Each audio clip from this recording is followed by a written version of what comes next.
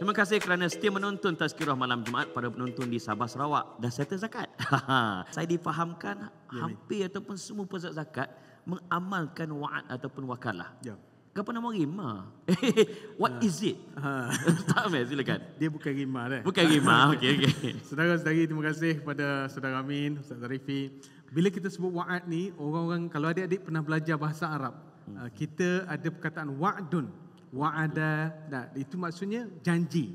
Apa maksud janji ni? Seorang pembayar, dia membayar zakat kepada pusat zakat, kalau kami kepada Majlis Agama Islam Kelantan, dan dia mohon untuk dapatkan portion, dapatkan sebahagian duit tu untuk dia agih sendiri, tolong agih. Pada masa itu sifatnya sebagai representatif, sebagai wakil. Sebab itulah di negeri lain kita panggil wakalah. Siapa yang belajar bahasa Arab boleh faham wakalah. Wakil, perwakilan. Maksudnya ketika itu siapa-siapa pembayar, ini bukan wajib.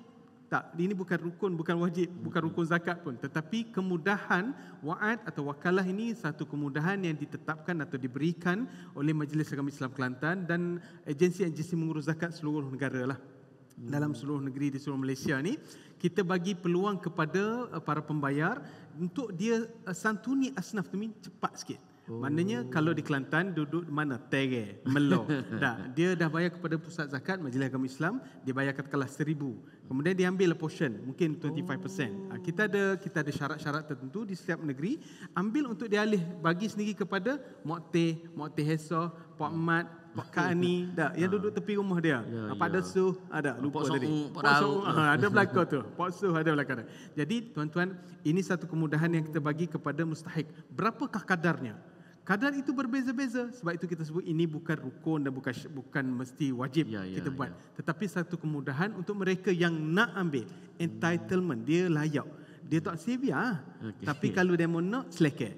Siapa-siapa yang nak, dia boleh ambil. Dan kena lihatlah kepada portal masing-masing atau perujuk kepada Majlis Agama Islam masing-masing dan pusat zakat, pusat kutipan zakat.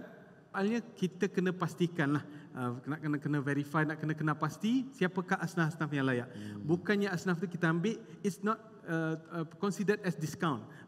Kapung kata gitu. Bukan satu diskaun, bukannya potongan atau cashback, tetapi satu pemberian kemudahan untuk dia agih lebih cepat. Dia dah kenal Makcik Ani, dah kenal Pak Dosoh, dia boleh bagi dengan cepat. Yang kemudiannya kita sebut pada masa itu sifatnya adalah sebagai wakil pusat zakat untuk dia tolong agih. Adakah wajib ambil? Tak. Siapa-siapa yang rasa dia mampu dan dia kenal beberapa asnaf untuk dia bantu, yes, dia boleh buat. Tapi siapa-siapa yang tak ada kenal, bagi saja. Tuan-tuan, jangan bebankan diri. Kita dah menjadi pembayar zakat, bila ada kewajipan zakat, jangan bebankan diri untuk cari asnaf pula. Serahkan kepada pihak berkuasa atau ulil amri, insya-Allah zakat kita akan selesai. Ya. Maknanya Ustaz, kalau influencer contohnya, dia nak buat macam tu, dia tahu asnaf dia di kalangan follower, dia boleh buat. Boleh, tak ada masalah. Kemah mau naik Kelantan. Dan negeri lain insya-Allah.